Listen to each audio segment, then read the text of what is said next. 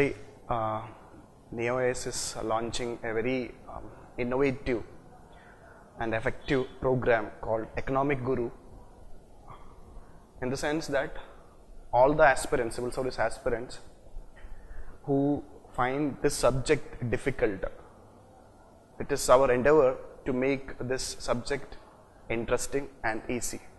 We can learn this in a very simple manner.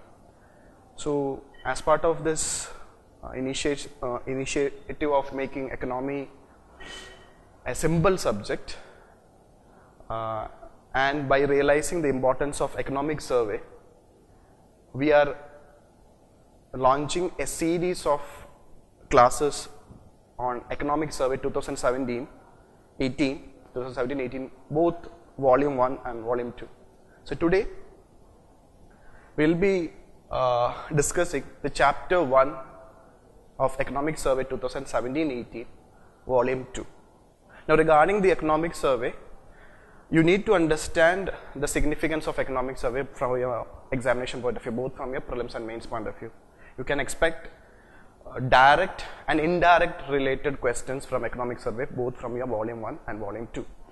And you need to understand that regarding there is a basic difference between this volume 1 and volume 2 of economic survey. Volume 2 survey is most important from your prelims point of view compared to volume 1, where volume 1 is mostly on analysis basis. I am not saying volume 1 is not that important, but compared to volume 2 is more important. And volume 1 is important for those, especially in your mains, as well as those students who are going to appear for the civil service interview. So anyway, we will be covering both volume 2 and volume 1. Since volume 2 is more important from your prelims point of view, first we will cover volume 2 and then we will go and cover volume 1. Now, there are certain things a student have to keep in mind when you start reading economic survey. So we will be giving you a summary of each chapters from each chapter of economic survey. So before reading the economic survey, some basic requirements every student have in order to make this program effective. One is you need to be very clear about the concepts. You need to be very clear about the economic concepts. Then only you will be able to understand the survey in a proper manner. So concepts is very important. For example, in today's session, we are dealing with chapter 1 of economic survey.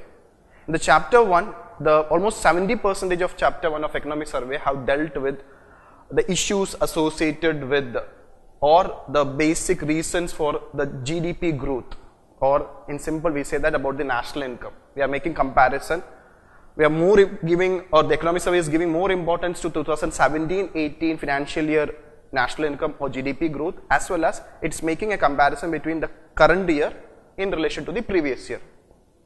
So one thing you need to be very clear is that you need to know what is GDP, you need to know what is gross value added, you need to know what is real GDP, you need to know what is nominal GDP, you need to know what is GDP deflator, you need to know what is consumption expenditure, investment expenditure, etc. These are all basics. So it's not possible to cover the basics in this survey session. So I hope that you are aware of this concepts, but I'll make sure that this session help you for those students who are not aware also. So concepts will be dealing in our separate program under Economic Guru, but today's session is basically about what this economic survey talks about in the chapter 1, and chapter 1 is very important from your prelims point of view. Now if you see so first thing is that, I am repeating, you need to know about the concepts associated with national income. Second thing is that before reading or before you need to have an idea, about the previous year question pattern. You need to know in which manner UPSC have asked questions from this section on GDP growth.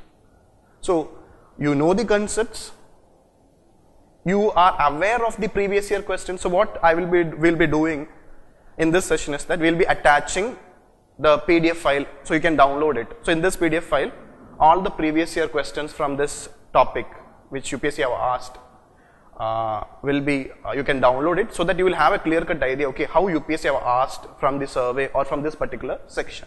So knowing the pattern of the UPSC question is very important. So once you are aware of the pattern of the UPSC question, once you are aware of the concept, then this session will be very much effective for you.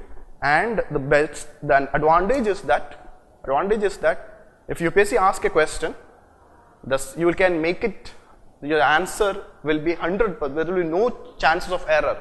The possibility of you making an error from this area will be, I can say that will be very less or even nominal. So keep this in mind. So I want all of you to have an idea about the concepts and the UPSC question pattern. So UPSC question pattern will be shared with every chapter.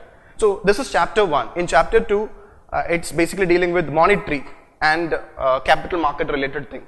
So chapter 2, when I'll be dealing in the next session in the economic survey series, you need to be very clear about the monetary developments or the money and banking concepts as well as capital. So chapter 2 is about public finance, this budget and fiscal development concepts is required. So like that, 10 chapters are there in volume 2. So in 10 videos or 10 or 11 videos we will be covering the 10 chapters of volume 2, and in volume 1 there are 9 chapters are there. So in 9 videos we will be covering the volume 1 also. So I am repeating again, volume 2 is the most important, means very important from your prelims point of view. Okay. Now what this survey talks about, just have an idea, it is released normally it is released a day before the budget, but this time they have released just on yesterday, that is on 29th January they have released it. So almost 2 or 3 days before the budget, and it was released by the person who have prepared is our chief economic advisor. It's not that much important, but the content of the economic survey is very important for you. Okay. Now what survey says that about the first chapter volume 2 talks about an overview of India's economic performance in 2017. So in this chapter, it's not only dealing with the GDP growth, but it also giving a summary of all the 9 topics which is coming in the next chapter, chapter 2, chapter 3, chapter 4. For example, it is talking about public finance, a summary of public finance. So I am not going to discuss today regarding public finance or monetary developments or capital market or external sector.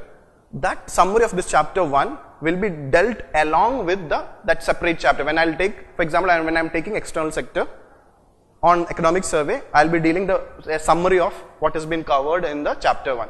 So here today it's only about GDP or GDP growth. Now what you need to stress on the chapter 1, especially from this section on GDP growth.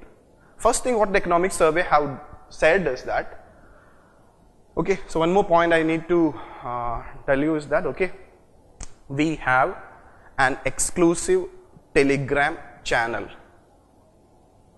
for your prelims as well as mains. In order to make your economic preparation more effective, make sure that you join that group. Again, this link has been shared with this video. So the Telegram channel, you join it because I will be daily updating with the more important topics, and newspaper articles and economic survey related figures will be shared in the Telegram group. So along with the Telegram group, this video session, you need both to make your preparation effective, mainly from the survey point of view. And not only from the survey point of view, your preparation towards this subject, economic subject, will be very much comfortable once you refer our Telegram channel. Okay, the first page of this economic survey, chapter 1, talks about a comparison. Okay, now try to understand that 2017-18 financial year is not complete. So we are 2 more months left, but in January, the CSO, Central Statistics Organization, have come up with the first advanced estimate of GDP growth for 2017-18. So as per the advanced estimate, the growth, India's growth in 2017-18 is expected to be 6.5%. So this is one of the lowest growth for the current government. If you compare the other 3 years growth, in the other 3 years the economy was growing above 7%. But for the first time, for the current government or the present India government, for them this year's 2017-18 is like it's not a good year in relation to the economic growth point of view. The reason is that economic growth is expected to be come down below 7% and it is said that it is going to be 6.5% or maybe lower than that. So we'll be having a correct picture only when once March get over and in April when the data will be available. But you can expect that as per the projection it will be somewhere near to 6.5%. Now what economic survey have stressed about the GDP growth rate is that it has, even though it said that okay, in the last 4 year, if you look into 2014, 15, 15, 16 and 16, 17, economy have grown at a higher rate, that is above 7%, and 2015, 16 was the best year in the sense that it has GDP have grown at 8%. Now survey have compared India's growth in relation to the global economic growth, as well as survey have compared India's growth in relation to the advanced, since India is an emerging market economy or emerging market economy, since it's an emerging economy, it has also compared with the growth of other emerging economy also. In both the sense, in relation to global economic growth as well as in relation to the advanced emerging market economy, our average growth in the last 4 years, that is from 2014-15 to 2017-18, India's average growth, economic growth is 7.3%. So the figure 1, so the figure 1 is being already shared in our Telegram group.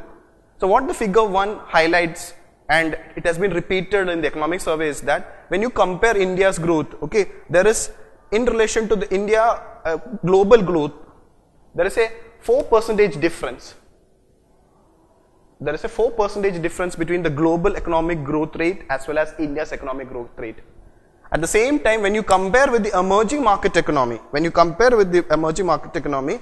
there is an 3% increase. So this is a very important point to be noted down. So UPSC will not ask for the percentage point, but UPSC will, since it has been mentioned in the economic survey, keep this in mind. When you compare it with India's peer group means like emerging market economy, our growth is higher than the peer group of above 3% point. So it means that if India is growing at 7.3% average, they are growing at somewhere around 4% and above. So economic survey says that the emerging market economy is growing at on an average for the last 4 years for 4.5%. So value is not important. Yes, just need an idea, and when you compare to the global economic growth, it is much higher. So if you look into the last 4 years economic growth rate, that is 7.3%, survey says that India is the among the larger economy, India is the fastest growing economy in the last 4 years. So this point you need to highlight, means you need to note down. So UPSC can ask questions from this core point. So that figure have been shared in our Telegram group. This point you need to keep in mind. So this is what the economic survey has started with, by comparing the India's performance in the last 4 years. They compared it with the global growth rate as well as the emerging market economic growth rate. Second thing what survey have highlighted in this chapter is in relation to, it have made a comparison between nominal GDP and real GDP growth rate. Okay, that's why I told you this concept is very important, both the GDP. So here in nominal GDP, they take into consideration current prices, and in real GDP, GDP is calculated based on constant prices. We already covered in our national income module. Okay, now if you look into, again the economic survey have taken years from 2000, this growth rate from 2012-13 to 14-15, that is 3 years, 12-13, 13-14, 14-15. Then the last 3 years. So survey is making a comparison between the nominal GDP growth rate between these period, 12-13 to 14-15, 15-16 to the current year, 17-18. So what survey is saying that if you look into the differences, between during this period between nominal GDP and real GDP, the difference is very high during this period. At the same time, in the 15, 16, 17 period, the difference is relatively lower. So, and a person who knows the concept about nominal GDP and real GDP, which I have discussed, one is of this current prices, this is about the constant prices, it shows that the period, so from this economic survey says that why the gap between nominal GDP and real GDP have come down is during this period we had comparatively lower inflation. In this period there were higher inflation. So here with nominal GDP and real GDP, the concept of GDP inflator or GDP deflator is important. Okay, so GDP deflator is calculated by using this nominal GDP and real GDP. So this is another highlight or another point which has been stressed by survey. In the last 3 years, the growth rate difference between nominal GDP and real GDP have come down, and it is mainly because during this period 15-16 to 17-18 the economy was having a comparatively lower inflation, and that's the reason why in this period the central bank have cut down the interest rate, major policy rate, that is repo rate, by 200 basis point or 2%. Presently it is 6%, which will be again covering under the money and banking or the monetary development module, that is chapter 3 of this economic survey. Then the economic survey have made a comparison between the different sectors. Okay, so here you need to economic survey has just highlighted one sector. See, if you can divide the 3 major sectors of national income, that is agriculture sector, industry sector and the service sector. Service sector is having growing at a constant rate, but it says that in the recent years, especially in the last few years, the industrial growth have been very low. So the contribution of industrial sector towards GDP is declining or was comparatively lesser, and it is saying the reasons why there is lower contribution from the industrial sector towards the GDP. So UPSC can ask the reason why the industrial sector's contribution towards GDP is coming down. So in that case, survey have highlighted a very major factor. One is that, okay, one of the reason why the industrial sector's growth is coming down, what survey is highlighting is that it's mainly because that the bank credit, the credit given by banks towards the corporate or industrial sector is slowing down, or it's going very low.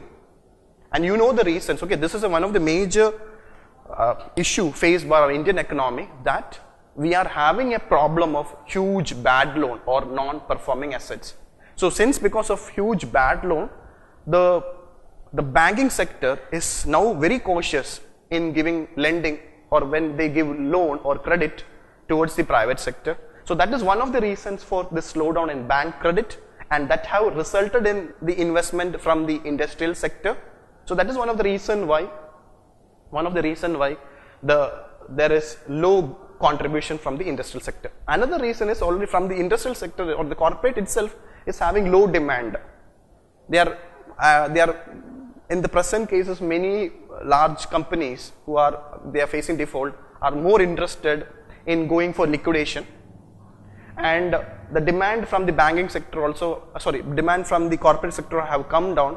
Maybe in 2018-19, the survey believes that there will be change, and along with once the insolvency and bankruptcy code cases which is been going on, once it has been effectively been dealt in the stipulated time period, the balance sheet of the banking sector, that is the percentage of bad loan or NPA will come down. So the government is believing that the major indicator which have a greater influence on industrial growth, that is bank credit, will improve once this problem of insolvency cases are being solved at the earliest. So government have been taken several steps. This issue will be discussing separately under monetary developments, under the money and banking section of economic survey. Okay, so keep this in mind. Okay, regarding the UPSC prelims question regarding this GDP growth rate, 2 times UPSC have asked the trend. UPSC have asked the trend of GDP growth rate. One year they have asked, okay, in the last 5 years, how the GDP growth rate, whether the GDP growth rate is steadily increasing or it is steadily decreasing. So instead of knowing the value, what you need to note down is that UPSC is more interested to know whether you know the how our economic growth is moving. Whether, so are you aware of the pattern of the GDP growth, whether it is increasing or whether it is decreasing, or what is the pattern? So if you look into the pattern, you can know that there is no, it has increased and now it is declining. So you see the previous year question which is attached with this file. Similarly, they are not only asking about GDP growth, they are even, UPSC have asked, what is the pattern of the per capita income growth? So in one section, economic survey have even talked about the per capita income growth. So as per this latest economic survey, so just again, it's a concept, per capita income is a concept. It's nothing but if you know the national income of the country, you divided it by the population, you will get the per capita income, and it is the major indicator which shows the development of a human development or the real progress of an economy. So per capita income is a very important economic indicator which shows where a country stands. So in relation to the per capita income, the survey says that as per the, if you calculate per constant prices or real income, the per capita income have increased from 77,000 to 86,660 in this year, 2017-18 year. And it is saying that the average rate of increase in the last few years is more than 5%. So UPSC once asked that, okay, what is the per capita income growth rate, whether it is steadily increasing or declining. So just have an idea that very soon, okay, we will be, if you look into the current prices, I am telling this is in relation to the constant prices. If you look into per capita income at current prices, we have already crossed more than 1 lakh crore. So this is survey have highlighted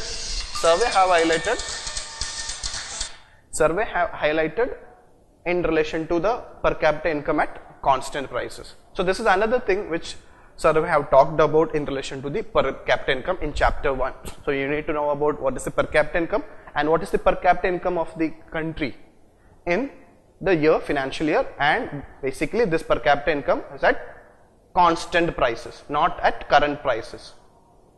So current prices, it is more than 1 lakh.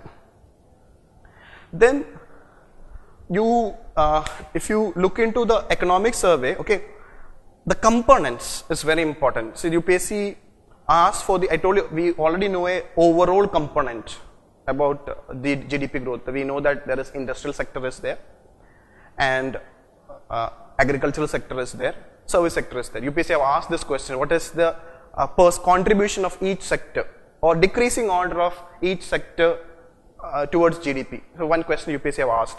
And then earlier UPSC have asked that among the sub-components within the service sector and within the industrial sector, they will ask you to show the trend, which sector is contributing highest towards the GDP. So if you look into the table 1, which I have already shared in the Telegram group, or if you look into the table 1, you can see that under industry, the major 4 components. So UPSC can ask question like this, okay, which of these sector will come under the industrial sector, or which of these come under the service sector, or which is contributing the highest share towards the GDP under the service sector or under the industrial sector. So under industrial sector, there are 4 components. The survey is showing 4 important components. That is 1, mining and quarrying. Second is manufacturing. Third is electricity, gas, water supply and other utility services. Fourth is construction. The survey have put construction under the industrial sector. So these are the written changes happened in relation to. So we will be discussing in detail regarding this under the industrial sector. Okay, so the 4 components coming under the industrial sector is these 4. And when it comes to the service sector, the survey have classified the components into 3. One is mainly from the trade, hotel, transport sector. Second is from the financial sector, financial, real estate and professional services. Third is mainly the government services in relation to public administration, defense and other services. So just have an idea, under the service sector, the major contribution is coming from financial, real estate and professional services, followed by trade, hotel, then by public administration. Under industry, it is mainly major contribution is manufacturing. So regarding its contribution, we will study in detail under industry, and there is a exclusive chapter on service sector also. So you will be having a more idea about the service sector. We will discuss in detail. There's an exclusive chapter in the end of the economic survey. Okay, but for time being, you just have an idea about and which sector is contributing presently. So what is the if you look into the growth component, okay, in 2017-18, the agricultural contribution, is very low because agriculture have grown at a very lesser rate, that is 2.1%. Industry have grown 4.4%, that is again low, but I told you the industrial growth rate is low mainly because of slowdown in bank credit. Third is the service sector is having a consistent, but even though it has slowed down, but it is still growing at an 8.3%. So that's the reason why. So one of the reason for why there is low growth in 2017-18 is it's the low growth in agriculture as well as in the industrial sector. So you need to have an idea why in 2017-18 we have a low growth. And if you ask specifically why there is low growth in industry, it's because mainly there is a slowdown in bank credit. And other reasons are there, but this is a major reason. Now another thing what survey have covered is in relation to, see, when you study national income, that national income can be calculated if you go by the expenditure method to calculate the national income. If you add the total consumption expenditure, that is both private final consumption expenditure, then government expenditure. The survey talks about it classified into three like this, that is consumption expenditure, that is private final consumption expenditure, government final consumption expenditure, investment expenditure, exports. And UPSC have already asked a question from investment expenditure. UPSC have already asked a question which like how this investment expenditure has been influenced. Okay, so you need to know about the concept regarding consumption expenditure, investment. But if you add all these consumption expenditure, investment expenditure and the net exports, you can calculate national income. So if you look into by that component, one important point which survey have highlighted is in relation to say that, okay, if you look into the consumption, investment pattern and the net exports, consumption expenditure, that including private as well as government expenditure, contribute 60% of GDP. Just so consumption expenditure, mainly the private household expenditure, consumption expenditure is the highest contributor towards GDP. So that idea you keep in mind. And survey in detail have gone for the household private consumption expenditure. So household private consumption expenditure contributes, it's a major component of GDP when you calculate GDP as per this method of expenditure method. So survey have highlighted a very important law. For an economics student, okay, you need to have an idea about Engel's law, but this year this law, Engel's law, have become very important. Reason is very simple. Economic survey have highlighted this Engel's law or Engel's hypothesis, and I have shared this Engel's law or Engel's hypothesis in our Telegram group. This law says nothing but, okay, it says that as the income of a household increases, this law says that as the income of a household increases, what happens is that the proportion of food expenditure towards its total income will come down. So that is what is called as Engel's law. Engel's law says that as the income of an household increases, the proportion of their spending money on food items will drastically come down. And how this is important as per the economic survey is that this law have become valid in the case of India's economy in relation to 2017-18 by taking into the private final consumption expenditure. So in page number, we already shared it, okay, those who are having under the box 1.1, by using this, by looking into this Engel's elasticity, you can see that, okay, it has gone below 1. It means that as the economic, it has been, see, this law, by looking into the pattern, the consumption expenditure pattern in this year, because consumption expenditure pattern has been data is available till 2015-16. As per this 4-year data, India's Angel's elasticity, in just elasticity, if it is less than 1, it shows that it is reflecting that our household's expenditure on food items as proportion to their total income have come down. So that is being highlighted in the economic survey in chapter 1. So from the examination point of view, they can ask what is this Angel's law, because it is mentioned in your economic survey. So this is very important, and basically this Angel's law is related with the food items, the expenditure on food items and how it is related, okay. So this is important from your exam, this year prelims point of view, Angel's law or Angel's hypothesis. Now when it comes to the last section of this chapter 1, especially from the economic growth point of view, it is highlighting about savings and investment.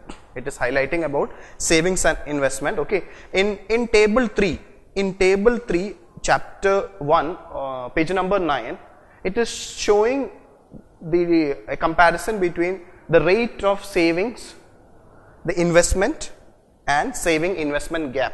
So you need to have an idea the importance of savings and investment for economy, especially how this investment play a very important role in relation to GDP growth. So be very clear, unless and until the investment in the economy increases, the GDP growth can't increase. So if you see that, okay, and already UPSC asked a question under this section that, okay, which is the major contributor for the economic growth? It is nothing but investment. Another name for investment is capital formation. Okay. So presently in the data shows that from 11-12 to 15-16, the investment rate have come down from 39.02, as per the latest data in 15-16, the investment rate is 33.3. So the investment rate have come down. This is what survey says in this period. Now try to understand, for the major source of investment for an economy, the major fund for investment comes from savings. So to have better, means to increase the investment rate, what is required is we need to increase the savings, both private household savings as well as the private sector savings. So, and household savings again contribute the major savings component. So when you look into the investment component have come down in this period. So investment component have come down, and investment is directly linked to economic growth. So investment is very important key factor. Now when it comes to savings, component, the survey says that, okay, in 2011-12 it was 34.6%. Again the savings rate also have come down, but the savings contribute, it is not that much difference is there, 32.3. So this point, I will tell you what is important from a prelims point of view. In 2011-12 period, the investment rate was 39.0% of GDP. Savings was 34.6%. So the gap was, the savings investment gap is minus almost 4.4%. Here the savings investment gap is 1%. Now what is the savings investment gap? That is very, very, very important for you. And survey says that, okay, so normally for an economy, the source of investment comes from within the country, the savings what a country have achieved in that particular year. Now since there is a gap between the savings and investment, so obviously the gap will be filled by taking fund from outside. So it shows that, okay, savings investment gap, okay, so we are just relating it to the balance of payment concept. I am repeating again, for economy is very interesting only when you are thorough with all the important concepts. So this saving investment gap shows that in this saving investment gap, so this gap is filled by, the saving investment gap is filled by our current account of balance of payment. It will be filled from the current account balance of payment. Okay, so if you look into the 2011 current account of balance of payment, that is our external sector account, our current account deficit is 4.4%. So it means that this gap of saving investment gap is being contributed, is filled by from the current account of our external sector. So those who are thorough with external sector balance of payment, they will be in a understand position. So if you see that in 2015-16 onwards, our current account deficit have come down. The major reason is that is now in 1% in 17-18 there is 16-17 and 17 there is 16-17 it has come down again, but in 17-18 it's showing a bit of increase. It shows that the import is increasing. But anyway, the saving investment gap is nothing but the current account balance of our external account. It means that once the investment required is not been taken from the savings, the rest will be have to manage it from the net exports. So this is what, again, another thing which economic survey have highlighted, as from 2011-12 to 15-16 the saving investment gap have come down. In other word, the current account balance have come down. So this you need to note down in relation to the gap between savings investment gap. So that's a very important thing. Now another thing, what economic survey, see, I'm not discussing what all the thing which is survey have been covered. Anything which is not required from your examination point of view, you don't put your head behind it. Okay, from the UPSC examination pattern, what is the stress, means the area of focus survey have given, that is the area where you have to be very clear with it. Okay, so this is very important regarding the savings investment gap. Another thing what survey have covered is, I told you, savings. Again, there is a change in the behavior of savings. What survey says that, okay, in relation to the household savings, the household savings go for two types of savings. One is physical savings. They may go for investing in gold, they may go for investing in their real estate, but financial savings will not come under that. Okay, economic survey have highlighted what all constitute the financial savings by household. So UPSC can ask this question, okay, what all comes under the financial savings by, and what is the trend in the financial savings? So survey have highlighted currency, bank deposits, life insurance products, provident and pension funds, and a new entrant. A new entrant is showing in the household financial saving, that is shares and debentures. And what economic survey says that, mainly because of the growth in the mutual fund industry. So already we have covered all these concepts under capital market. So those who know about the concept of the capital market, okay, be very clear. The household or individual savings towards the shares and debentures is showing an increasing trend, and that is making a change in the pattern of financial savings by household. And another thing about this financial savings by household, especially in the last year, mainly because of demonetization, is that the currency with the household or with the public have come down, and there is now, because of demonetization, there is a greater shift towards financial savings, mainly towards the sectors like shares and debentures and other financial savings products. So you can expect, this is one of the highlight of this survey, that because of demonetization, there is a change in the pattern of savings, especially in relation to the financial savings. So there is a growth there is a shift from physical savings, that is mainly from real estate and gold, to financial products, and within the financial products, a new means the household started investing in shares and debentures, and that is the reason why you can see that in the last few years, mainly in the last 1 year, the capital market or the share market have shown a tremendous increase. If you look into the Sensex and Nifty, so it's not only because of the foreign institutional investment, but the domestic investment also showing a greater increase in investing in the share market. That's why the shares and debenture have become. So from the examination point of view, you can expect a question like, which all are the major components of financial savings by an Indian household? So these are the major, and the UPSC can ask a question regarding the shift from physical savings to financial savings. So this is the summary of the chapter 1 of volume 2 of our economic survey. I'm repeating again, volume 2, which consists of 10 chapters, is very important for your prelims. Volume 1 is important but not that important, but volume 1 is mainly important for your mains as well as those who are going to attend the interview from next week onwards or from February onwards. Okay, so this you keep in mind.